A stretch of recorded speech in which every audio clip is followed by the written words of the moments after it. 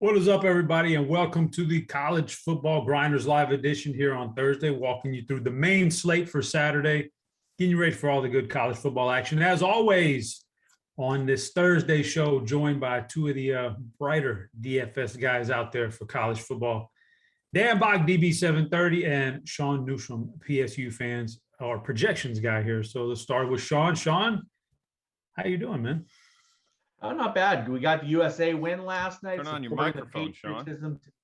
Today, so, not bad at all. Hopefully, again, we're still striving to not get absolutely destroyed on the DraftKings main slate. One of these days, it's probably going to happen.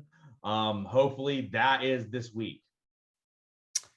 Yeah, we'll talk some strategy here in a minute. I want to ask you a question about the strategy on this slate, but I'll go to Dan now, DB. We are already in week 7. It's almost that time because we're coming up on Halloween. It's almost that time to count down to Thanksgiving. And when Thanksgiving hits, man, I was just thinking about that today. When Thanksgiving hits, yeah, that's the weekend after the week that weekend after Thanksgiving is done. So it's not that far off, man. It isn't. And I will say, though, this past week was the first kind of DFS on steroids week we've had. I mean, if you didn't put up a ton of fantasy points last week, you really suck. I mean, everybody went off. It was crazy. Except Cunningham. It's minus Malik Cunningham. But the scoring was just through the roof. There were probably people who thought their teams were golden, and then next thing you know, they got caught late. But I think it was just a perfect example of just the awesomeness that is DFS college football. Just scoring left and right, watching your teams go nuts. Haven't had a lot of that this year, but last week was a full example of it. Yeah, it was fun, and it's going to be. This week looks really interesting. Just real quick, I've looked at the slate a lot, trying to get prepared for the week. So I have a question for Sean. In what scenario, would you ever, because this week really pushes the limits here, would you ever play a fourth running back as opposed to a second quarterback in your lineup? Because this week, some of the quarterbacks they're really not good, man, but I'm finding so many good running backs. Would you ever do that, even in a GPP? Certainly not a cash game, but GPP, would you ever think about throwing in one of these bad boy running backs? No. Keep short, no. I mean, one of the quarterbacks will do fine, just a matter of who it is. There are a lot of good running back plays on this slate, which I'm sure we'll talk about, but yeah, no, I wouldn't do it. I would still play one of the quarterbacks. I would take my chances in that scenario. I just couldn't do it.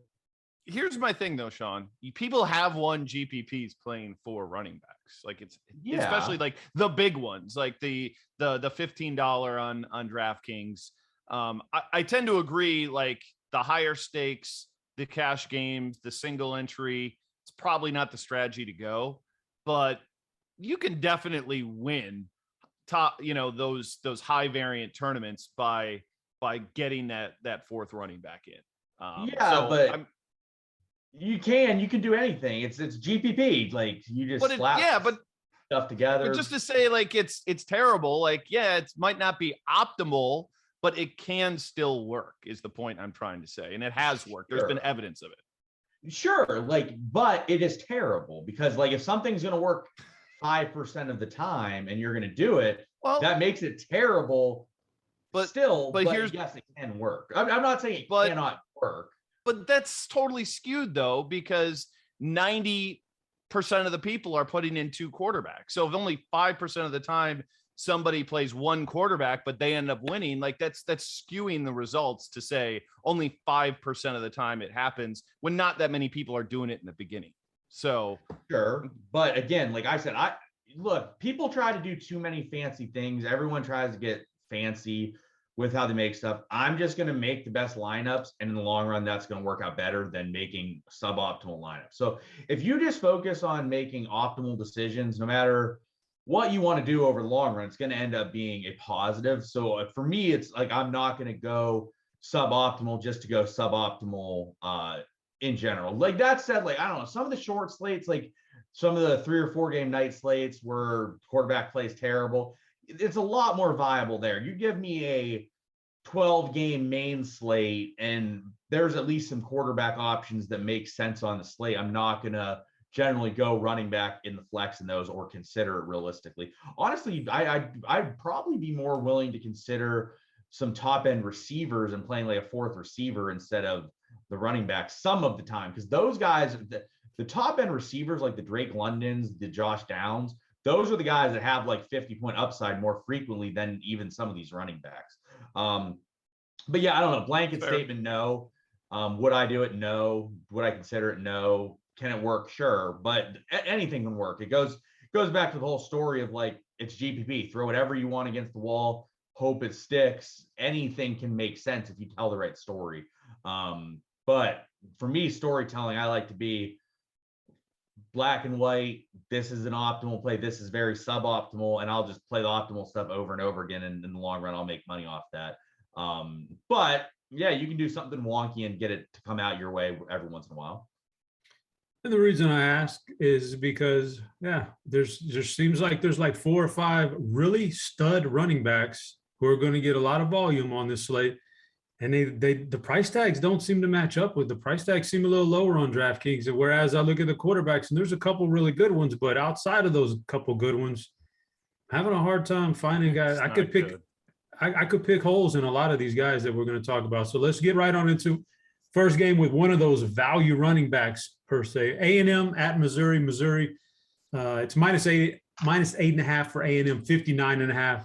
Like on any other slate where there's not just a ton of running backs, I would play not only Spiller, I would play a Chaney in the same lineup. I wouldn't even hesitate, but too many good running backs. So you gotta cut draw the line somewhere. But Spiller, 6,600 on DraftKings seems way too low for him. Aeneas Smith at 4,400, another great value play. You can play at wide receiver. I think this could be a good week for a Chaney. You can't play him, like I said, because you just don't have enough roster spots, but I think he's in for it. And Wiedemeyer, he's only 3,900. This is a really good A&M value. I don't know what they did. I guess coming off the Alabama game, they priced them all down before they had a chance to realize that these guys are actually pretty good. But A&M, lots of value out there, DB. I mean, okay, first off, sell me on a Chaney here a little bit at 5,100. I mean, I saw he was tagged by Turtle as well. And I mean, am I missing something? I mean, this guy doesn't seem to quite have the production I would expect for people to want to play him. So I know the matchup is good versus Missouri. I get that. But the volume is dog crap. So sell me on that before, because I'm with you on Spiller. He's probably a lock. But a Chaney, I don't know. The one scenario where I would stretch for 2 running backs is in a great matchup, and this is the perfect. We saw Tennessee did the whole 350-yard rushing thing against them. It's not a good rushing defense. He's the more talented back. He's better than Spiller. If he gets his carries up there, if he's even in the neighborhood of Spiller, and this is a blowout, and then that could happen. And Spiller is also, like Sean has pointed out in the Discord chat, Spiller's a little fragile. It just seems like this could be one of those games where, like, if Hyatt and if Jabari Small didn't get hurt, both of those guys would have crushed in that Missouri game for Tennessee. This could be one of those games where each of these guys gets 15 carries and 150 and a touchdown for each one of them. I'm not usually going to run out to go. And even Spiller's volume is down this year, by the way, if you look at it. But it's the matchup, so that's where I'm at. Yeah, I mean, they beat Alabama last week. I don't expect them to make wholesale changes, so it's just a matter of how big the blowout is and whether or not you think he can, maybe reach double-digit carries, which he has done once, and that was week 1. So his target volume is really good. His his pass game usage is really strong. It's not like his volume's not good. I was talking with Turtle about it, and it's basically like, look, the matchup is the God matchup. We saw what Tyon Evans did on 6 touches against them. So it's just a God matchup spot with a super talented guy that does get enough volume to get there. But at the same time, you're going to feel gross sitting there knowing that you're probably looking at 10 to 12 touches and knowing you need to get about 15 to 20 points on those 10 to 12 touches. That said, Missouri defense is terrible. So I pass selling you on those factors. It's difficult. But I agree on Smith at 4,400. We saw him last week get in the end zone twice, and he's kind of been the best receiver that they have. And at sub 5K in this game, they might not need to throw very much, but I think he's certainly cheap enough that he should be in your player pool in GPPs. Maybe make the same argument for Weidermeyer, but he doesn't quite get the volume. But sub 4K, I think he's in the player pool. I don't think I'd play the quarterback on A&M. And on the Missouri side, you can always play Beatty because he does get, ridiculous volume. We kind of had some bad weeks, and then last week played a scrub North Texas team and went absolutely ham for 45 fantasy points that day. So he's probably the lone guy that you can play in this game, but the total's 60, should be somewhat competitive. The line's 8.5, 9 right here. So I think it's just the usual names for me, both of these running backs, and I'll have those A&M guys in my player pool. Sean, clean it up for us. Yeah, it's an interesting game because I hate Texas A&M. They play so slow and don't do tons. So they're not generally a team you want to get guys on, but you're going to have to consider a lot of them. I think Calzada is at least an option at quarterback. I'm not saying I would play him, but at 6,300 as we go, he's in play. Spiller is good to really good to play. I won't go as far as calling him a lock like Dan, but he's a really strong play. Ania Smith, really strong play at 4,400. A Chain, really strong play at 5K. Weidermeyer, really strong play at 3,900. So realistically, I think all 5 of these guys are options in cash and GPP. I think they're all really strong plays. It's just a matter of there's going to be opportunity costs at running back. You're going to have decisions that you're going to have to make at running back, and they are difficult to make, I think, especially if you play one player who we'll talk about in about 45 minutes, I'm sure. But all of these guys are solid, and all of them can get there for their price point. And then on the Missouri side, the only person I'm considering is Beatty. Volume's fantastic, but again, running backs are really strong. There's going to be guys that are really good plays that are cheaper than Beatty. But you can't argue with what Beatty's doing volume-wise. So he's the typical volume eater and not a great team.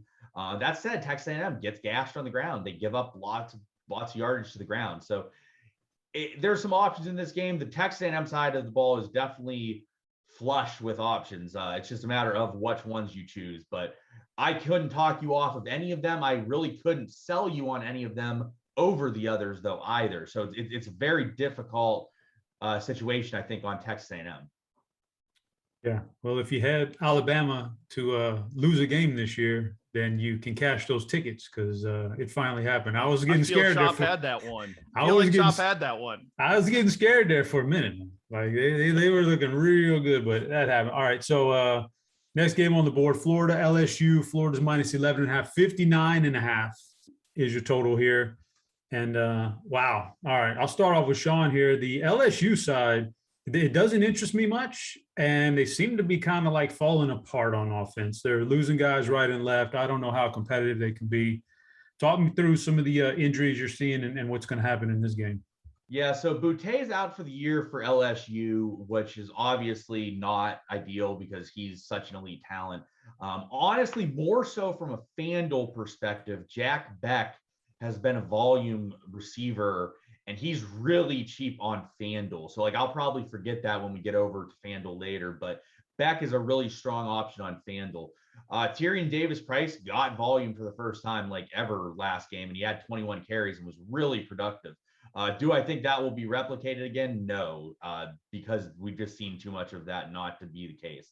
And then also Deion Smith is not practicing. So there's a good chance he's out. As you see in the projections, he's not in there right now. So the beneficiaries are probably going to be, again, Jack Beck will probably be a beneficiary to some extent, but he was already getting great volume.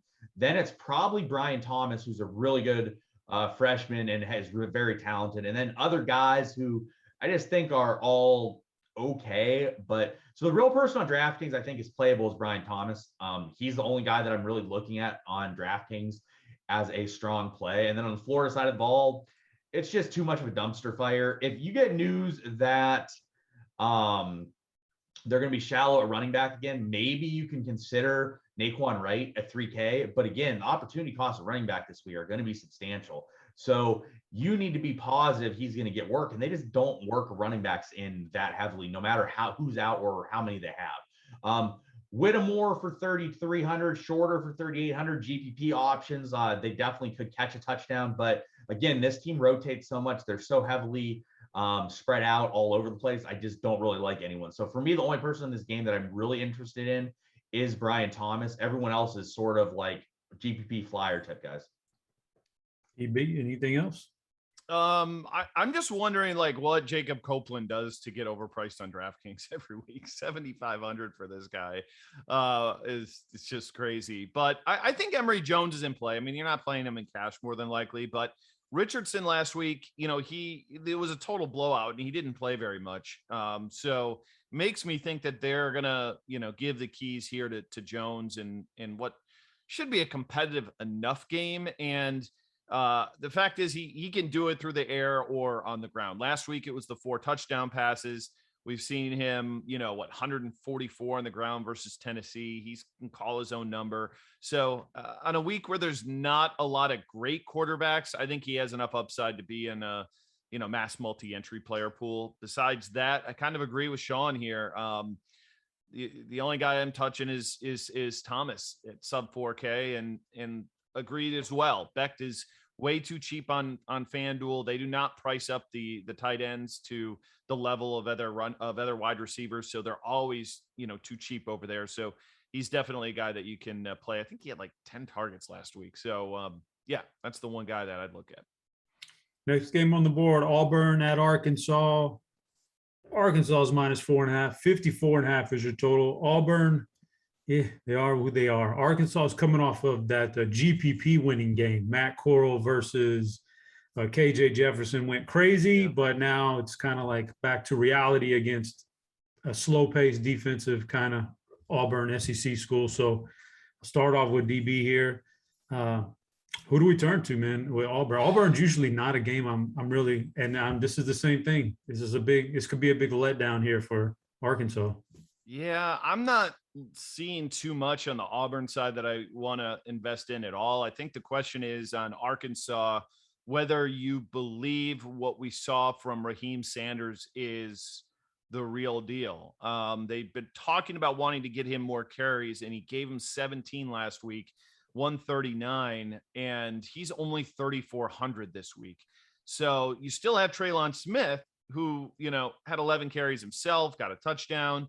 So it's kind of a timeshare, but the fact is he's so cheap there at 3,400. It shouldn't take much for him to pay it off.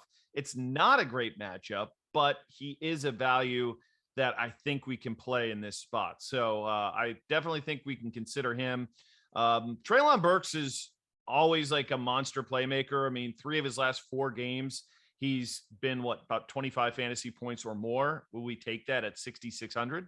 Probably. Is there in the one game it didn't happen was against Georgia, who is, the most elite defense we might have seen in years. So I think you can go back to Burks here, not a core play for me, but he's in the player pool. And as for KJ Jefferson, he falls under 8K. Last week, I don't want to say throw it out, but it was the game that we kind of thought we would see Bryce Young have the week prior. I mean, it's another week this week where we've got an 80 total with an Ole Miss game. So, Arkansas, he's okay at 7,500. I'm not Xing him out of my pool. If you want to play him and Burks together, I think you're fine to do it in GPP, but I'm not a guy I'm considering in cash games. Sean, anything? How you feel Sanders is going to? What kind of volume this week? I think he's a GPP play. They just are rotating too much at the running back position. They're getting AJ Green involved too. It's just too all over the place. And with other options, I would go there first. Not much interests me in this game. Maybe GPP, you want to run Treylon Burks or Treylon Smith or something out, or Sanders. I think that's fine. I think Dan is on point with KJ Jefferson. I thought he looked really good last week. Like, he looked healthier than I thought he was going to look, which is a good thing. But against Auburn, that's just not a great matchup. Similarly, like, the Auburn side of the ball just stinks. So, like, you can't really consider anyone there. This game overall, though, just doesn't really interest me much. Next game on the board, Texas and Oklahoma State. Texas is -4.5, and 60 is your total, coming off of that really crazy Red River shootout they had going down there last week. And this is one of these volume running backs that I was talking about earlier that, a lot of them. And I think they're underpriced, and it's not Bijan, it's Jaylen Warren, who's getting a ton of carries now with the running back injuries for Oklahoma State. He's only 7,100 on DraftKings. Man, it's tough to pass up on this kind of volume in cash games. What say you, Shawnee? Yeah, here's my hot take. My hot take is that Warren is better than Bijan in this game, and I would maybe play him over Bijan straight up. That's my hot take. Straight up, as in if Bijan was 7,100, you'd play Warren over him. Yes, I think if I had, maybe I'm not. I think that's my hot take, but I obviously love Bijan too. Bijan's great, but the Oklahoma State defense is much better against the run than what the Texas defense is. And Warren's volume is unbelievable. He's basically what you wanted out of Chuba last year is what he's doing. Involvement in the pass game, 30 carries a game. None of the other running backs are there. Whereas, like, you look at Bijan has a tough matchup. Oklahoma State defense is strong. And basically they get inside the 5, and Bijan backpacks the whole team down. They're like, all right, Bijan, time to go get your rest, buddy. And then they give the touchdown to whatever moron they give the touchdown to, which has been pretty frustrating when you play Bijan. But you both are great. I mean, both running backs are really strong. I think on the Oklahoma State side of the ball, there's more plays on this side of the ball, I think, than the Texas side. You have Jaylen Warren, again, workhorse, been getting fed. It looks like the running backs are still going to be out. It's going to be him with, like, Desmond Richardson getting a very few amount of carries to spell him. I think Spencer Sanders is in play in cash games as your quarterback. He has done very well against Texas in the last 2 games, and he has mobility. The concern with Sanders is if they lead the game and they're up by like a touchdown or 2 all game, it really destroys him. But if he ends up trailing or in a shootout type game, he is a very good quarterback option for DFS purposes. So it really is going to depend on what you think the gameplay and the script will be. And then Rashad Owens is 3,200. He's been very solid as a receiver for them. He's been involved. He plays every snap. He's the beneficiary to the Braden Johnson injury. So I think he's a really strong option at 3,200. And then on the Texas side of the ball, it's pretty much Bijan or bust for them. Worthy, I'm just not paying that price tag for Worthy right now. Just not something I'm willing to do. I think he's a good GPP option. Cash games, can't do it. Casey Thompson, not interested in cash games. Josh Moore, same thing. The punt option for them is both cheap on DraftKings and FanDuel is Marcus Washington. He appears to be the guy that will be the beneficiary with the Whittington injury. That said, I'm not sure how productive he's going to be. So that's a wait and see. But again, 3K, he's an option for me. And FanDuel, I think he's 4,900. So he's very cheap over there too. So if you want to go really dirt cheap, there's options in this game to go that way. Yeah, after looking at like the bat projections and the blitz projections for a couple of years, you kind of identify the guys that the projection system is just a little lower on than you think probably they should be. And it's consistent, And so Yuli Gurriel for the Astros. The bat never has Gurriel doing well, right? He's a guy's a batting champion. The college football equivalent. The college football equivalent is Xavier Worthy. You guys never have him as a decent projection, but this guy's really good, man. He's really good. And 7,400 is a big price tag, but they are missing Whittington. He can definitely pay it off. He's a really good receiver. DB, what's your take on it? Yeah. I mean, this is interesting because Oklahoma State, total of 60 in this game. their 5 previous games were 50, 51, a 58 against Boise, 47 and 47. So you're talking like a 13-point upgrade over what we've had the last couple of weeks. And obviously Texas has a lot to do with that, but I think this is a better game environment than we've seen. And, when Sean said that Sanders is viable for cash, I was kind of delighted to hear it, because I was feeling that same way. I think that $7,100 salary on him feels too cheap, because he does have that rushing equity that we love, that touchdown equity on the ground, and he can still sling it a little bit. I mean, he's had games of over 300 yards passing this year, and then a rushing game of 76 yards last week. And he's got his best receiver back in Tay Martin, who we didn't talk about at all. And he's pricey, don't get me wrong, but if you're running any sort of game stacks, or you're playing Sanders and you want to pair him, this guy's been over 100 yards in the 3 games that he's played, good volume and receptions as well. So again, pricey, but it's clearly the alpha on this team. So Texas, they've been in some shootouts this year. So this game, I think, could be much, higher scoring than people expect. I don't need to sell you anymore on Warren. He's pretty much a lock, I think, in most lineups. I'm kind of off of Casey Thompson. He's kind of sucked out a couple times, I feel like, 2 of the last 3 weeks in some of those numbers. So I'm not likely to go there, and maybe a little bit more interested in Moore. I like going to guys coming off big games, because I think a little more trust might go towards him, since he had those 2 touchdowns last week. So we'll see if he can run it back. 4,800 is a pretty cheap price. Definitely probably above the ownership on him in tournaments. Yeah, and a further Spencer Sanders selling points, I guess. So he's started about 25 games in his career at this point. His best passing game of his career was against Texas, and he had 400 yards and 4 touchdowns last year. And his best rushing game of his career was against Texas the year before, where he had 109 yards and a touchdown on the ground. So this is a guy that in 2 games against Texas has had a 400 yard, 4 touchdown passing game, and has had a 100-yard plus and touchdown rushing game. So this is a guy that, if you look at his games against Texas, he's averaging about 30, 35 points in those games. So it's definitely something to look at. And it, like Dan said, the game script and the flow of this game should be a bit better for Oklahoma State than normal. And I think that Sanders is a very viable option. Yeah, and the problem is, whenever I play him, he sucks. Yeah, that's so. Yeah. Question for Sean then: at 7,100 and 7,100, can you play both running back and quarterback in the same lineup and cash game? Question. I think so, and I was thinking about that question myself. I think the answer is yes, because I think if you get 2 touchdowns out of Spencer Sanders, I think he can pay off his 7,100 tag. And if he gets 2 touchdowns and they score, let's say, the 5 they're projected, Warren's going to probably get his as well. And Warren is involved in the pass game. So there is some slight pass game usage, but I do think you can play them together. I don't think it is obviously the best correlation, but if you're playing them together, you need 5 touchdowns, and you need them to at least have some usage for Spencer Sanders, because Warren, you're not worried about. Warren, you're convinced Warren is going to get the ball and he's going to be utilized. The one you are worried about is Spencer Sanders just being a little less involved, because they're ahead and they're just pounding Warren.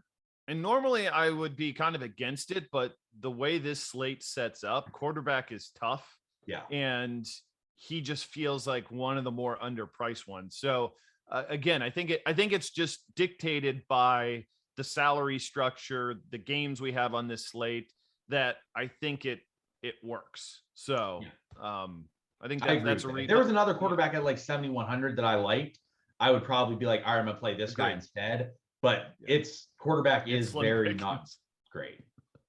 All right, next game on the board: Central Florida at Cincinnati, 21.5 point spread, 57 total. This features a quarterback who I think is going to be a popular option based on UCF. Man, they're playing UCF, the old shootout in Cincinnati and UCF. This is not the same UCF team. These guys are really struggling right now on offense, and they've lost players right and left. I actually have Jerome Ford pegged as a great GPP option this week, because I just think he kind of gets fed in get down inside the 10 and Ritter just lets him have it. I'm not high on Ritter at all here, but maybe DB can sell me. I mean, I'm always high on Ritter simply because since he's got to win with style points here, and I'm biased because I got some like 200-1 Heisman tickets on Ritter, but dudes could be in a position to win it this year. I mean, if they go undefeated, they're going to be a top 3 team, maybe top 2 team, depending on how things shake out. A 5th-year senior, been around, like, reward the kid. Like, don't give it to another Alabama quarterback. So I think there could be some style points to be had here for Cincy because they're doing well in the rankings. But again, now, like, will a 1-loss Ohio State get in over Cincinnati? Potentially. So that's where I think Cincy really needs to win these games big. And hopefully their coach realizes that. But 8,100 is a decent enough price. I mean, it's not like if he was over 9K, I'd probably agree with you, but we know he can run, and we haven't really even had that big multi-touchdown running game from Ritter, and we've seen those, in his career. So I think there's better things on the horizon we've seen so far. So I like him. I don't think I'm probably pressing that name in cash games, but he's definitely in the player pool. I think Ford, you make a good case for. I mean, the touchdowns have certainly been there this year. Yeah, he's fine. And then the wide receiver spot, probably, I mean, Pierce is okay at 6,800. Young played all the snaps last week, finally got in an end zone, 4,500, but probably not enough upside for him at that price. So yeah, I mean, I think it's likely a little bit of Ritter for me, a little bit of Ford for me. And then on the UCF side, Jalen Robinson's out. I mean, they're banged up all over the place. You could play a Ryan O'Keefe, but their quarterback isn't any good. This Mikey Keene. So 6,300 is way too much for him. It's funny because I pinged the channel about it, and I noticed that we have a big projection for Nate Craig Myers. And I say big, it's like 7 fantasy points. So I looked the game log up, and did nothing last week. So then I looked up the snap share, and he played like 55 to 65 snaps last week. So I'm guessing that's why he's getting that projection. He's on the field. He's 3K. He's like 4K over there on FanDuel. If you want to stars and scrub it, you could play him, because I believe this guy was at Auburn and then maybe at you're shaking your head. He was at Colorado State.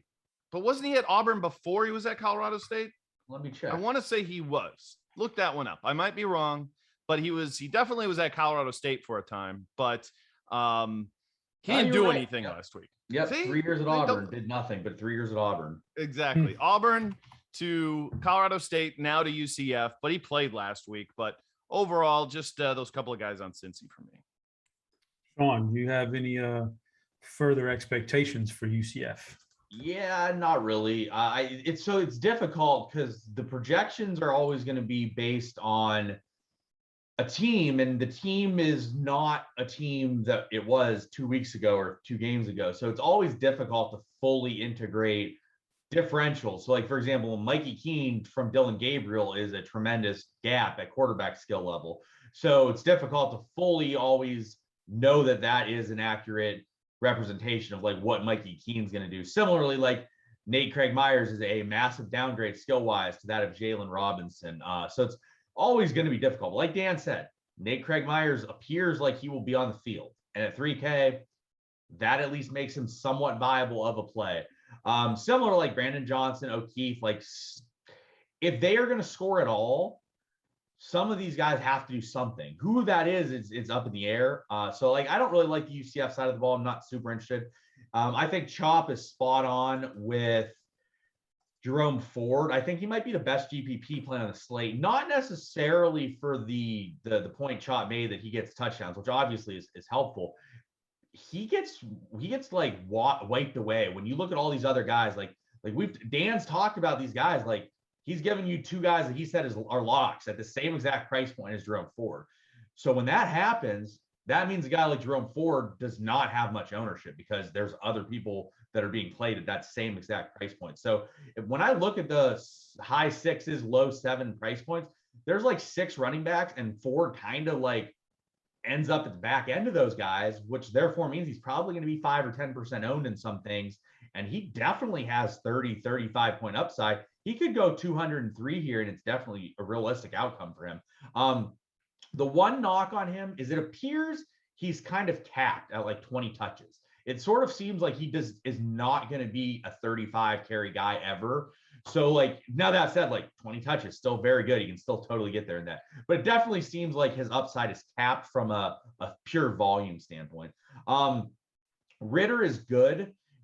And the issue is so like, it's same thing like last week. I didn't play Ritter. I wasn't super interested. And a lot of people were all over Ritter, but the problem is as a big favorite, he doesn't always run as much because it's not as necessary for him to run in those games. So they try to keep him a bit healthier. So like, I would rather use Ritter in a game against a team that can keep the game close, where Ritter's rushing is more necessary.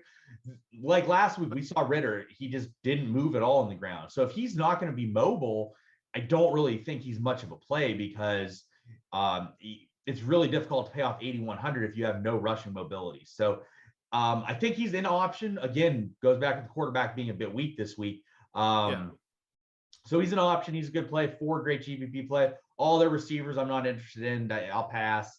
UCF side of the ball, if you want to throw a dart, and honestly, like, so if you're playing Ritter and you're like trying to play Ritter, and like, let's say you want to play Ritter and Pierce or Ritter and Young, Ritter and whoever, going with a bring back on UCF, one of their receivers, and hoping they keep the game somewhat close is a realistic option in GPP.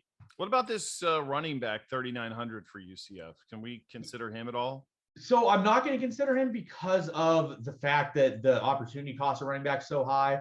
If the matchup was good, however, I would really consider Johnny Richardson because he seemed to be the lead back. That said, they're still going to get some carries and some snaps for Trillion Coles and Mark Anthony Richards. But Richardson clearly seems to be the number one back for them. But again, the matchup's just not good enough for me to get him in here. I think in GPPs playing a little bit's fine. But yeah, like if UCF was hypothetically on this slate and they were playing, let's say, Missouri or UNC or something, I would totally consider Johnny Richardson, and he might even end up being a lock in certain situations. Since he's just a really difficult game, and I kind of think Cincy might just wreck UCF in this game, and UCF might really struggle to do anything offensively.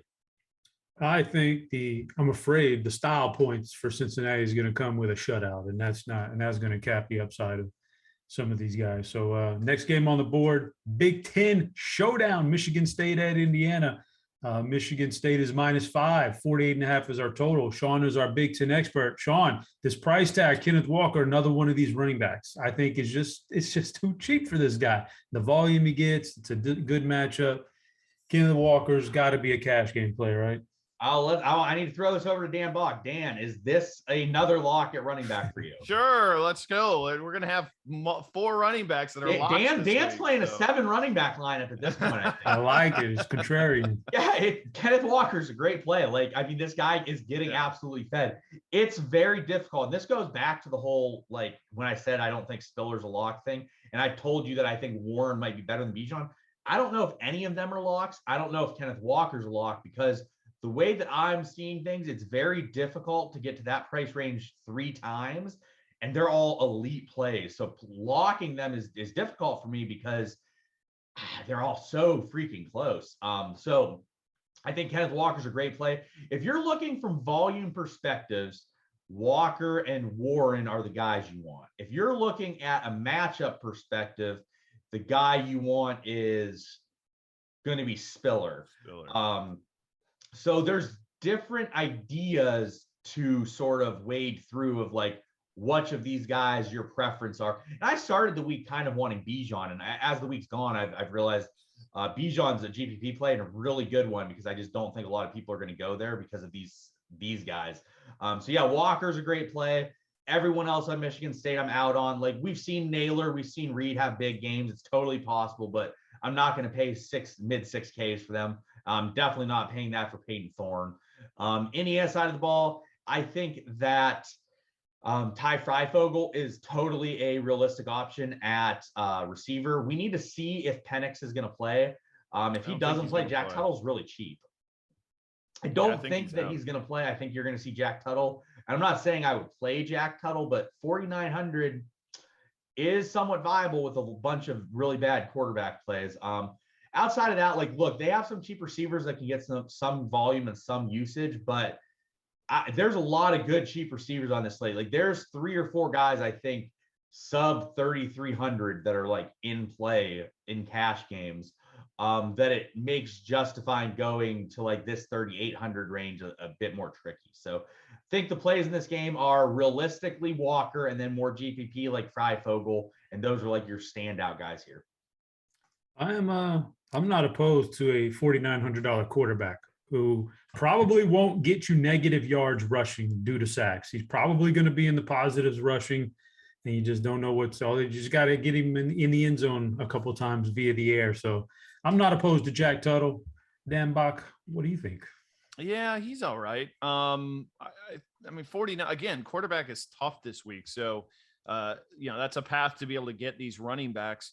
I think you're playing Walker, of course, but I probably would like those other 2 running backs maybe a little bit better than him, in the sense of he doesn't really do anything in the pass game. And we actually have a situation there in that Nebraska game a couple of games ago where they kind of sold out on the run game, 19 for 61, and, just totally bombed there. I don't think that's likely here. Walker looks really, really good. I'm almost certainly playing him. But, if you've got to hold back on one of those guys, this game does still only have a 48 total in it. So, think about that a little bit when you're making those decisions. We've got an example of a bust. We've got a low total. That might be the reason why you choose somebody else other than Walker, if you're kind of in that range and struggling to make that decision. Chop, I mean, the nailer whisper last week, man. I saw you near the top of these GPPs with this bust out nailer game, man. Yeah, it was looking good for a while, man, until Malik did me in, man. I don't even want I seriously had Malik everywhere, and that was just brutal. But yeah, Naylor really came through last week. I think those guys are kind of back and forth, those 2 wide receivers. Yeah. Either one of them is in play any given week to explode, because they're not a bad offense at all. But this total does bring it down. But they've been dealing with totals like this all year long. So I think they're in play. But like you said, so I'll stick with DB on. Well, let me refute that a little bit. I mean, we're at a 48 here. They had 45 against Northwestern, 51 against Youngstown, 57 against Miami, 54 against Nebraska, 66 against Western Kentucky, and then last week was pretty low at 49.5. So they've played higher total games than I think I would have expected looking at that number. Yeah, just the way they play, the concentration they do with Walker, and then one of those wide receivers just about every week does something. So, but you have to, let's say you have to make so out of all the running backs we've talked about so far, the big ones, you got Spiller, Walker, Warren, which 2 are you taking with you right now, as of right now, that we've talked about? Yeah. Is Kenneth Walker the guy you're leaving off the list? That's why I wanted to hear the answer too. Warren for sure. I'm playing. And then it's between obviously Spiller and Walker. I mean, just playing both. What's the problem? I mean, if I had to choose one, I'd probably lean a little bit on Spiller over Walker.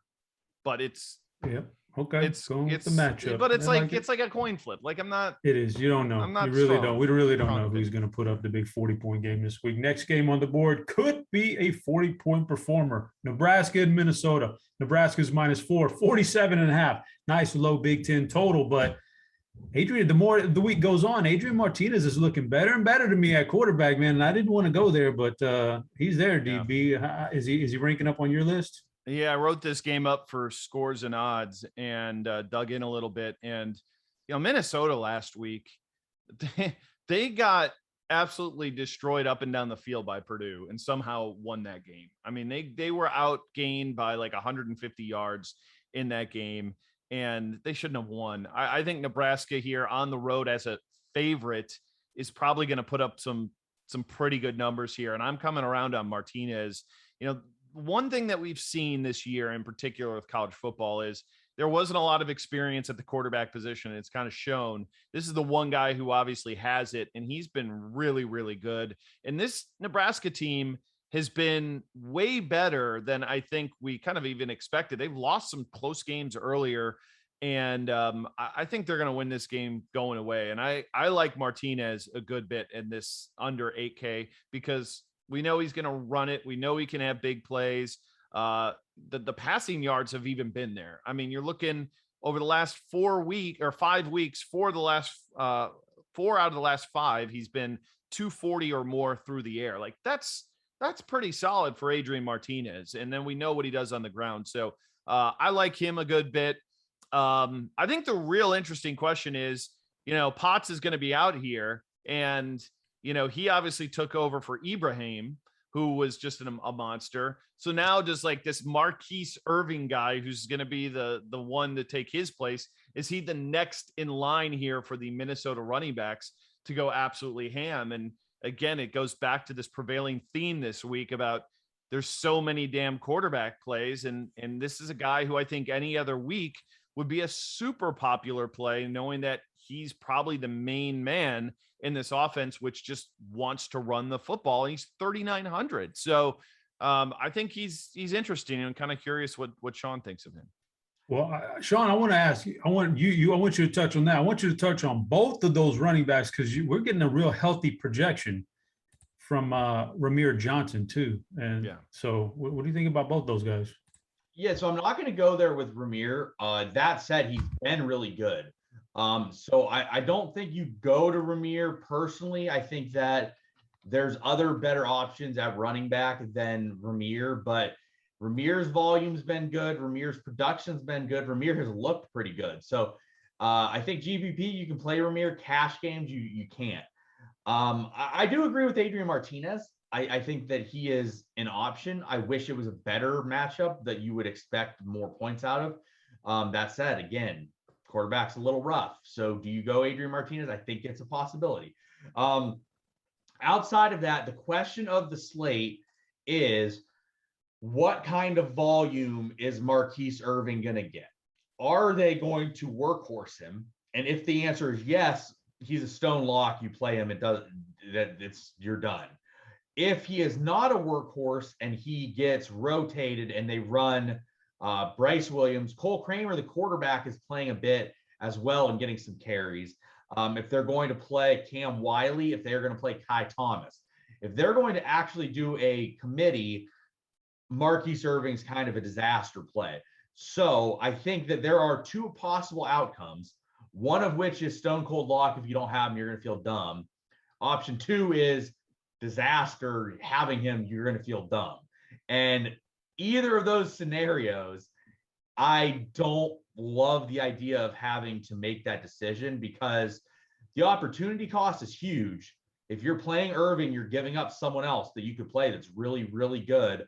But again, like if you're telling me Marquise Irving's going to have 27 carries and I don't have him at 3,900, I'm going to feel like the dumbest guy of the day. Yeah. So I'm trying to figure out what is the truth there. I started out thinking he was going to be the workhorse. I've read some info from Flex saying that they're going to run a committee, and whether or not that's coach speak or that's actually the truth, I'm not sure. So I think Irving is okay, even in a committee, to the extent of like, if he gets you 10, that might be okay, which is like what his projection is right now, 10-ish. It's just, he's the question of the week, and I don't have the right answer for him today. And I wish I did, because I do think that's the decision point on the slate. I just love that you're going to tilt one way or the other. No matter what, your Discord on Sunday or on Saturday. No matter what, it's going to be wonderful to watch. No matter what you're tilting. At the beginning of the week on Tuesday, when the slate came out and the pricing came out, that was the one guy I wanted to see his pricing, and it came out 3,900. I'm like, block and load. Then as I've gone, I'm like, man, are they really going to give him 25 carries? And I just don't know that answer. I've been reading a lot of stuff. I've been on their 24/7s. I've been in a lot of places to try to find the answer, and I don't have what I deem to be a definitive answer there, which is unfortunate because I wish I did. Yeah. Well, you said opportunity cost. And if he did get 20 carries, there's still no guarantees he's doing you any favors if he doesn't get in the end zone. Nebraska did, like Dan said, they loaded up and shut down Kenneth Walker one week. They can do it.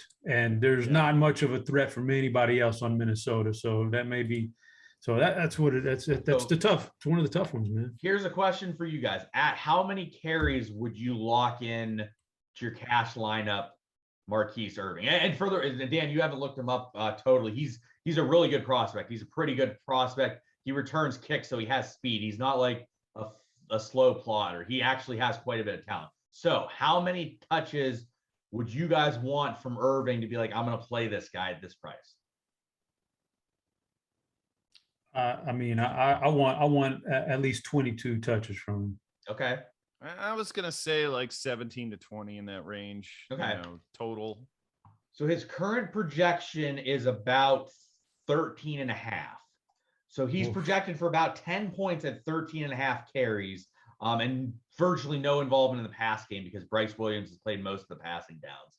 So I think his upside projection, if he got 22 carries, his projection would probably be, I would say 17, 18 points, probably give or take, which I agree with. I'm kind of with Dan. I think if you locked in 16 to 18 carries for me, I would probably play him. But that's where it's just very difficult. I just don't know. I think his range is like 5 to like 28 touches. Like it's such a huge range of outcomes. Yeah, it's going to be tough. Next game, all right, we're running go fast. So we're running behind here. We got to get moving, and this is going to be one right here. Kentucky at Georgia, 22.5 point spread, 45 for a total. DB, anything? Maybe your boy McConkey. I mean, you were on him I told you. 5 for 135 and 1. I laughed when I saw that. He's only 3,600. So that's about the only name I'm considering here. Sean, anything? I'll keep it shorter. I'm good. Nope. So like usual, Georgia game, just exit off, pretend it doesn't exist. Next game is a nice little shootout here. Miami at UNC. UNC 7.5, 63 for your total. I want to start this one with DB because he's a fan of the U. He knows what's going on here. Another shootout because last year's was supposed to be a shootout and UNC absolutely boat raced them on the ground last year. What can we expect this year? Yeah, man, I mean, UNC, I don't know what to think. They lost to Florida State last week. Like, what the hell? How did that even happen? We've got Van Dyke projected pretty high, and I don't know. I don't know how great of a player he is. I'm not very sold on him personally. I mean, looking at that Virginia game, barely completed half of his passes that day. I mean, Howell at 9,200, he's decided that he wants to be a running back too. And, that makes him incredible for DFS. I feel like we overprojected him a little bit. I think that's a pretty aggressive number. But on a week where there's not a lot of good options, he's a good option. So if you can fit him, you can play him. We saw Cameron Harris go bonkers, the last, I think, couple weeks. And, this seems like a matchup that you could go to, but it goes back to that question is why would you play Harris when you've got all these other running backs? I think he's viable. I think he's definitely in your tournament pool. I think he'll be probably under-owned, but he's not like a first guy in my lineup type deal. I don't really trust Van Dyke, so I don't look at those pass catchers. And then Josh Downs is an absolute stud, getting tons of market share, but 8,700 is just too hefty of a price tag for me to play, I think, on this slate. Unless you play that crapper running back from Minnesota, then maybe you can make him work. So that's my take on it. Sean, you got Cliff Notes on this game? You're muted. I am. I figured that's where Dan Bach was going because with the running backs he wants to lock in, you're not playing Josh Downs. And I don't know if I don't want to play Josh Downs because I'll tell you what, this is reminiscent of back in the day. You guys remember the year of Brandon Cooks where it's like you played Brandon Cooks and you won and everyone else didn't play Brandon Cooks and they lost? I get that feeling with Josh Downs watching these games that, like, if you don't play Josh Downs, you're going to lose. And if you play Josh Downs, you're going to win just because of playing that guy. Their offense, the loss last week was a very vintage, like Mac Brown, I'm a moron game. he's so inept. He's such a bad coach. And it was just like, they're down like 2 scores with like 7 minutes left. And they're like, hey, let's eat 38 seconds off the play clock every time, because why wouldn't you do that? And it was painful to watch all game. But like, Hal is QB1 on the slate. I don't think it's close. I think he's definitely the quarterback you want to play of all the quarterbacks. Like Dan said, he's running a lot, which is what he should have been doing the last 2 years of his career. And Downs is force-fed targets. He's getting like 10 to 12 a game at least, and they're like high value, high volume targets. So I do think that you have to make a decision on this slate. And that decision is, do you want Downs or not? Based on that decision, you either have to go down and probably play like punt quarterback type option at quarterback 2. You either have to give up Hal, which I don't think you want to do that. Or you have to give up. I can't see a Howell and him together in cash. I think that's just too much. I have not made a lineup without them in cash as of yet. But you have to make decisions, and those decisions. So if you have Downs or any of the running backs, who are you taking? Taking the running backs, I think. I mean, unless you're playing the $3,900 crapper, which you just told me you don't believe in. So I don't know. Like, I don't need to go down to the 3,900 guy. There's another guy that the Chop was a big fan of that I can play at 5K if I want to go that route. But is your decision point, in my opinion, on the slate begins and ends with Downs. Based on how you decide if you want Downs or not, decides what you're doing at other positions. So that's your decision point on the slate and cash games. And then Miami side of the ball, there are some okay guys. Like Harley and Rambo are solid. I'm not interested in the running backs. I do think Van Dyke will come down. I was looking at him when you were talking about him. I don't think his projection is going to be near that. I just nerfed him a little bit. I need to go back and look at him. You're playing Tuttle in cash, aren't you? No, as of now, I'm not. But after the show, I'm considering it more than I was before the show. So before the show, no, I was not playing Tuttle in cash. After the show, I might consider it. I'm going to be honest. I'm sick and tired of playing these 9K quarterbacks or 8K quarterbacks and getting 15 points. I know Chop's with me. Well, listen, here's the thing. I've absolutely crushed in college football these last few years by playing the cheap quarterbacks. Find them and get the points and don't even worry about all the other stuff. And then this year, I feel like I'm trying to pick them, and they're just like, I'm getting like negative points from my Colorado quarterback one week. Yep. And so I can't pick them either. And then I spin up and go Cunningham, and he puts a double floor game on me. So I'm snake bit on quarterbacks this year, man. Yeah. And let's be honest, like Cunningham last week was a no failure spot, and he failed. And same, like there's been some no failure spots that have failed, and it's frustrating. So I don't know who I'm going to go quarterback, but I do think the whole slate revolves around Josh Downs and whether you want to play him or not. And that's because if you're not playing Downs, you have pretty unlimited salary to do pretty much whatever you want realistically, because there are cheap receivers at 3K-ish that are totally playable, and you could play 2 of them and be fine. You could probably get 10 to 15 points from them at 3K. So if you're not playing Downs, you could go 3 6K running backs. You could go Ritter. You can go Hal. You can do it easily. It's just a matter of if you did. But I will say, Dan, at one point I did have Hal, Ritter, Downs, and cash. And I was considering that. Whether or not I go there, probably not. But yeah, without being a dead horse, like you got to decide on Downs, decide that point first, and then go from there after that. Howell, Ritter, Downs leaves you 4,800 a piece. Yeah, for your other 1, 2, 3, 4, 5 spots. Yeah, but you could go 3,100, 3,200, 3,900 pretty easily, and you could probably imagine the guys I'm thinking based on what we've talked about. Which then leaves you enough to go for like 2 of those running backs that you want to. Not 3 though, not 3. Yeah. All right, fair enough. We gotta get going. Speaking of snake bit at quarterback, the next game, BYU and Baylor. Baylor's minus 6.5, 50.5. I have I wrote up Baylor again on scores and odds. Again, I wrote them up last week against West Virginia. I'm gonna do it again. I don't see how BYU competes with them in this game. Baylor's just really solid, just rock solid team in all facets. Last week I mentioned Jerry Bohannon in cash. I mentioned it. I was never really seriously going to do it over because I thought baby Tua was the And man, that backfired on me big time, Yeah, didn't it? that's Almost beat Good. Cunningham. God, goodness. Yeah, Hey, you're right. He was actually, only 5 points off Cunningham, he but might have beat Cunningham. I have no idea. Bohannon was definitely a guy you would have liked last week. And I'm not, he I didn't don't, do with much his in that rushing, second half either, right? Like I think he got yeah, like most of that in the yeah, first half. with his rushing floor, he's not a bad play. I can't play him. I got other guys in mind in cash, but he's on the list, man. Jerry Bohannon. I'm out on the BYU side this week, but I'll go to DB. Maybe you want some Tyler Algier or something like that. No, I'm not. I wasn't impressed with him at all last week. I think that's too big of a number on the road against Baylor. Bohannon's he's definitely in the player pool for sure. And if you are going to play him with somebody, I think Thornton is probably the guy. Looking at the numbers, not just from last week, but I mean, he played like every single snap. I think he was out there more than the other wide receivers. Kind of always been a big play guy. So that's the stack for me. But I'm not seeing any like core cash type of guys here.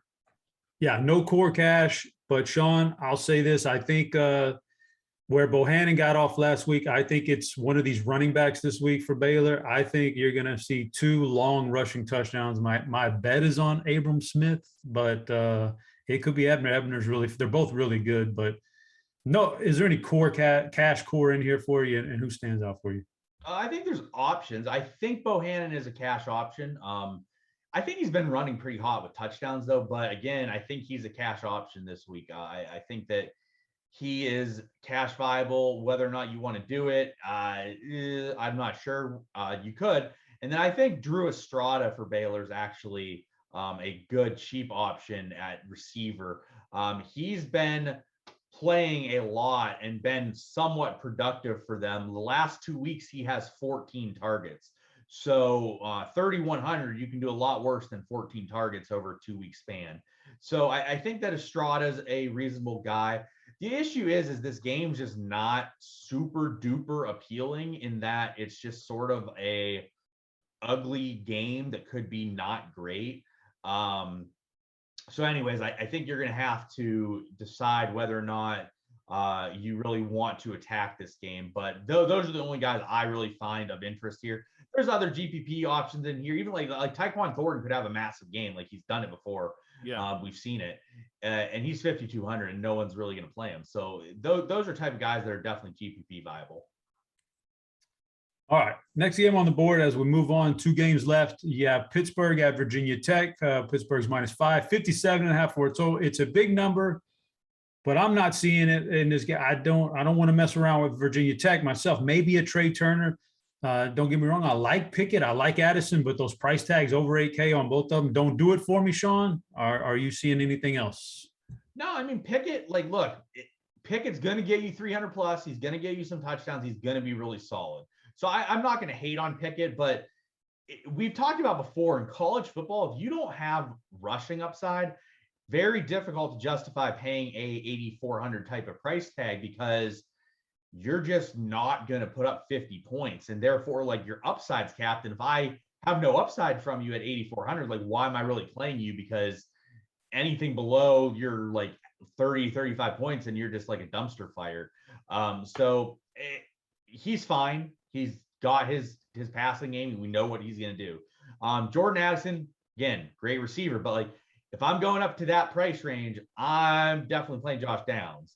And I know I cannot get up to that price tag twice. So therefore, Addison's very difficult for me. The person that really stands out is, as you mentioned, Trey Turner. Turner is going to get involved, has the possibility for goal line carries, has the possibility to get quite a bit of work. Pitt defense is still somewhat of a pass funnel. It was obviously more of a pass funnel in previous seasons, but still a pass funnel to some extent this year. And Trey Turner is the guy that will be involved and be utilized. Like, for example, like him being priced under Tavian Robinson does not make sense to me. He should be the more expensive of the receivers. So if you get to the 5K range, I think that Trey Turner is very strong. So he's the best play in this game. And I think Burmeister is at least an option in cash. Do I want to go there? I don't know, but he's at least a viable piece that could be considered. I think I'd rather have Bohannon over Burmeister. I tend to agree with that. Yeah, at that same price point. I tend to agree. But I mean, the game itself is what, like 56 is the number, 5-point spread. Like, this is going to be a close game. It's going to be tight. I think you make a great case on Turner in that 5K range as a play. And, you know, Pickett, it's like, God, people are throwing his name out for the Heisman or whatnot. Like, I don't know. He's got gaudy stats. Only one interception this year is awfully surprising. I think he can run a little bit more than you kind of lay out there, Sean. Like, I remember years where you call his number quite a bit on the goal line because they don't have a running game. Like, they've got nothing that even resembles a running game. So that's the upside that you have in Pickett, is that, you know, they're going to pass it. And even when they get down close to the goal line, he might even call his own number. So if you want to go a little bit cheaper than Addison with Pickett, Tasir Mack, a couple of 100-yard games, a guy who's been around forever, and you know, touchdowns in each of the last two. So he's 5,400. I think you could do worse. Again, if you don't want to get up to Addison, who is the stud. Like, he is the guy who is the best receiver on that team by far. Not even close. Yeah, no, following up, Dan's right. The Pickett comments probably were a little unfair to him. He does have the ability to get 30 to 40 yards rushing and get a touchdown or two at the goal line. So I will say that the Pickett comments were probably a bit unfair to what Pickett could actually provide you. Pickett is a solid play on this slate. And he's a guy that has a decent floor. So I will go back and revise what I was saying about Pickett. Yeah, I mean, if you're mass multi-entering, he's got to be in your pool, I think. Oh yeah, definitely. And I do think he is a cash option as well. Like, if you're going, like, who would you rather play this week, Ritter or Pickett? Oh man, it's a tough one. I think in cash, probably Ritter. I just don't see a spot where he doesn't have 3 touchdowns in this game to his name. Yeah, it's a tight one for sure. For a little bit less salary, I mean, $300 can possibly make a difference. So I'll side with Ritter. What do you think, Chop? Decide between those two. Pickett. Yeah, you hate Ritter this week. That's right. I don't hate him. I really think we could see a shutout brewing, and like Sean said, he doesn't run when they get up by multiple scores. So yeah, next game on the board is the last game on the DK slate, Purdue and Iowa. Iowa's 11.5, only 43, lowest total of the game. But I still think there's a couple guys in here you can look at, not much. I'm going to group Tyler Goodson in with the guys we've talked about, the Spillers and, Kenneth Walker's I think Tyler Goodson's in that group. He probably falls towards the back of that group, but any other cash game slate, and I probably am jamming in Tyler Goodson against Purdue. And then the other guy on the other side there, David Bell, not had the year we thought, but he's only 7K, and he's even cheaper on FanDuel when we get over there and talk about that for a minute. Those are the two guys I've identified, DB. Is there anything else that jumps out to you? Yeah, those are the guys. I think Purdue makes this a close game. I was looking at the numbers, and Iowa is plus 15 on turnover margin. Purdue is -5. You take that out of the equation, like defensively, Purdue is like top 5 in like scoring defense. Like, they're really been pretty good this season. So I think this is going to be a closer game. I like Purdue this week, not to win outright, but they're going to cover that number. And I think it's a slow, ugly game. So that's why I just don't think I can trust Goodson. I think this Purdue defense is better than the ones we've seen previously. So yeah, it's the pass for me. Sean? Here you go, Dan. I'll go further. I think Purdue might win this game outright. Iowa's not that good. Nice. Iowa loses by 3 touchdowns last week if Penn State doesn't lose like 8 starters to injury. Penn State was like -3 in the turnover differential, had been pinned inside their three times, and were up like 3 scores. And they were not losing that game. Then lose a running back, lose a receiver, lose a quarterback, lose 2 defensive tackles, lose a defensive end, lose a linebacker, lose a safety.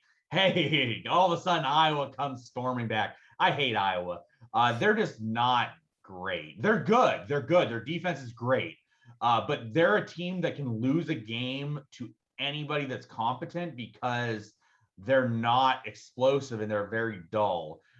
So I think Goodson is better suited in the group with Jerome Ford, in that he's going to be a good GPP play that nobody's going to play, because people are going to play Spiller and people are going to play they're going to play Kenneth Walker. They're not going to play Tyler Goodson, and he's a decent play. But I don't think he's with them because I think he's definitely inferior to them in terms of play. GPP wise, though, I think he'll be very underowned and is a very good play. But yeah, not much in this game. I can't play 7K for David Bell. I can't really go anywhere. And the only option I was obviously that of Goodson, who is solid. Like I will say Goodson's solid. But yeah, I think Purdue gives them more than they can handle in a letdown spot. And I think Purdue could win this game outright. All right, let's go to FanDuel real quick before we jump out of here. And if you want to know where your quarterbacks went on the main slate, they're all on FanDuel, man. We're loaded. Night slate is so good. Matt Corral, Caleb Williams taking over for Oklahoma, we assume, more than likely. Hendon Hooker, Bryce Young, Max Duggan, they're all over here playing on FanDuel on the night slate. It's going to be fun. Max Duggan should play Zach Evans, TCU. Last week scored a touchdown at the end of the half. Did a little dance. Gary Patterson ripped him off the field and didn't let him back on. So I don't know what's going to happen with Zach Evans this week. Be aware of that one. But DB, what other players are we talking about on FanDuel before we jump out of here? Yeah, I think, the Tennessee side here, this is an 82 total against Ole Miss. They're at home. And, I think all these receivers you're going to want some exposure to. Velus Jones has really kind of been the top target lately, and he's really, really good. 8,200 feels a little bit pricey. I didn't check the snap yardage, or snap share, but I did see Hyatt did get a touchdown last week. Did he play any more than normal last week, Sean? Because he's real cheap at 5,400 in this game, but like just getting some exposure to Ole Miss, Tennessee. That's going to be the answer here, I think, in this one. And both those quarterbacks are really priced up, but man, this game's going to be a shootout, but those receivers feel a little bit underpriced. Yeah. From a receiver standpoint, Hyatt did not play tons more. Okay. So I don't know if he's just sort of been phased out a bit for that of Velus Jones. I think Velus Jones is sort of like maybe past him in the pecking order, but yeah, in shocking fashion, and something I've never said before, FanDuel college football products better than DraftKings. They include the good games. The tournaments are better. Did you guys see the 100K monster this week? Yeah, I like it. I like it. Great monster, decent structure, decent. Already half full. The DraftKings 333 is actually fantastic too. That's like their only product that's like good. But yeah, no, FanDuel college football product has the good games on it, has the games you want to play guys in. So Mississippi, one thing to note with Mississippi is I talked about it a lot in Discord 2 weeks ago, the possibility of moving Dontario Drummond out wide. And if that happened, how much it would hurt him. Last week, they did not play Jane Jackson. They played Ja'Cour Pearson, and they moved Dontario Drummond out wide. They scored 52 points, and Dontario Drummond had 2 targets. So I would be very wary about going to Dontario Drummond at that price point. I figured I would mention that at least and go over that. John Mechie is very cheap. Yeah, I think he's a really strong play in the games that we haven't talked about. Marvin Mims, Dan, I was all in on Marvin Mims last week. Were you with me? I was in. I had a lot of Marvin Mims last week. Yeah, got saved. Had a really good day on FanDuel because I had Mims. But he's 7,500, probably a little bit too high for me to go there. Not terrible though. But not terrible. No, not terrible. That, in my opinion, he probably is like a 7K-ish receiver most weeks. So like obviously last year when he was like 9,800 or whatever, it was absurd. But like this price point is pretty reasonable for what he should be. Velus Jones, good GPP play. Zay Flowers is an option. Jaden Hazelwood has played the most snaps every single game for Oklahoma. And I know he has not smashed any game, but the ability to get stats is there for him at some point. And then Jalil Billingsley is really cheap, as well as Malik Heath from the receiver standpoint. Big questions for the slate are really centered around the Tennessee-Mississippi backfields. If Jerry Ely does not play, we saw Henry Parrish have a really good game last week. It was another standard. You play the right guy, and then the backup running back has all the touchdowns with Snoop Connor last week. Granted, he was a good play too. But Henry Parrish, a very strong play. I think he is in play if we see Ely's out. And then Tyon Evans, news came out today where Josh Heupel said that he's more optimistic that Tyon Evans is going to play than he was the other day. Well, I didn't know there was much of a question on if Tyon Evans was going to play until that comment. So last week, Jabari Small, we had no clarity on. They warmed him up and then he didn't play a snap. But like hypothetically, if you get like him out and you get Tyon Evans out, Lenneth Whitehead is like a smash play. Or similarly, like if Evans is out and Small plays and you're confident Small plays, Small's an elite play. If you know Small's out and Tyon's going to play, Tyon's a great play. And then I'm going to tell you what Nick Saban's going to do if he gets the ball at the 1 yard line again. He's going to give the ball to Brian Robinson. He got taught a nice lesson of like, you just give the ball to Brian Robinson, let him score a touchdown instead of not scoring a touchdown. So I think Brian Robinson probably has a pretty good game here. And then there's some other running backs that are decent. That's enough with the running backs. And then quarterbacks. I think in cash games, if you get news that Caleb Williams is definitely in and you're not going to be right. He's gotta be. I think so too. It doesn't make any sense for them to go to Rattler. I think then in that scenario, the quarterbacks are two of Coral, Caleb Williams, and Sam Howell. I do also think Hooker is obviously a great play, but I would rather go with the other options. And then Dugan, he's a great GPP play. I could go there in cash if I was confident with him, but Gary Patterson is right up there for moron of the year in the coaching department. He's terrible and absolute dum-dum. And I don't know what the deal is with Dugan. I don't know what the deal is with Zach Evans other than Gary Patterson he's looking to hit the unemployment line and hopefully he can have success getting there soon. But yeah, so there's a lot of good plays in the night slate, a lot of good plays overall in general. And generally on FanDuel, you have more ability to make things happen than DraftKings, which I always prefer. I like being able to play good plays instead of having to sort of like what dumpster I have to try to dig out of. Would you play like a 4K, almost like total throwaway to get those big guys? As of right now, I'm considering a guy under 5K at receiver to get everything else I want. That's always been one of my favorite things to do on FanDuel is just find that 4K guy with a pulse that can maybe catch a touchdown or get you 7 points and then just get you all this absolute studs. And I think it's in the conversation with this 82 total we have. So, well, and it comes back to the whole discussion. Like I last week I got smashed on DraftKings. I crushed on FanDuel, and it's a situation where if I'm playing 5 studs, hypothetically speaking, like let's say I'm playing 5 studs and I play last week Marvin Mims and he has a good game at a really cheap. I had last week Marvin Mims and Keaton Thompson. I could not fail with them because I'm playing all studs. Like even the studs, like we talked about Malik being terrible. Malik being terrible, still 15 points. So like if I get these other guys that like are actually producing at these cheap price points, you're going to do well. So hypothetically, like, yeah, like I it's not quite the 4K guy, but like, let's say Jaden Hazelwood goes 5 for 50 and a touchdown. If you're playing Jaden Hazelwood, and then you're playing like Matt Corral, you're playing like Hendon Hooker, you're playing like Bijan Robinson or whoever, you're not going to do poorly most of the time in the event that happens. So I definitely think if you can find a cheap guy with some pulses or cheap guys that maybe can make some plays happen, it's very difficult to fail on FanDuel when they come through. And when they don't come through, sometimes you can still overcome that by the studs you had. Like earlier in the year, I played total zeros and then Coral and my quarterbacks, and I played Coral and Hal. They got me 110 points. So it didn't matter that guy did nothing. Okay, last thing, because I know we got to go. Josh Downs at 10.5. I mean, that's a big wide receiver number on FanDuel. Do you still jam him in? I think yes. I think FanDuel is a lot better. I think he's more playable on FanDuel than DraftKings, but I think he's playable on both. His wide receivers are cheap though. Like you get Mitchie at 7,600. I mean, geez.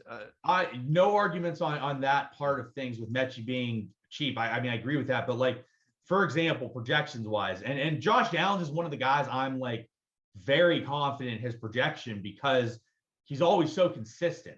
So like your projections are going to be a lot more consistent when you're consistent. So like Downs gets like 10 to 12 targets every game and like 100 yards and 1 or 2 touchdowns every game. So like every game, he is so consistent that it's like his projection, I'm always super confident in. But Downs projects currently 6 points better than every receiver, which is a significant amount. That's like 25% better than any single receiver, any other receiver on slate. Whereas like running backs are a lot more jam-packed together. All right.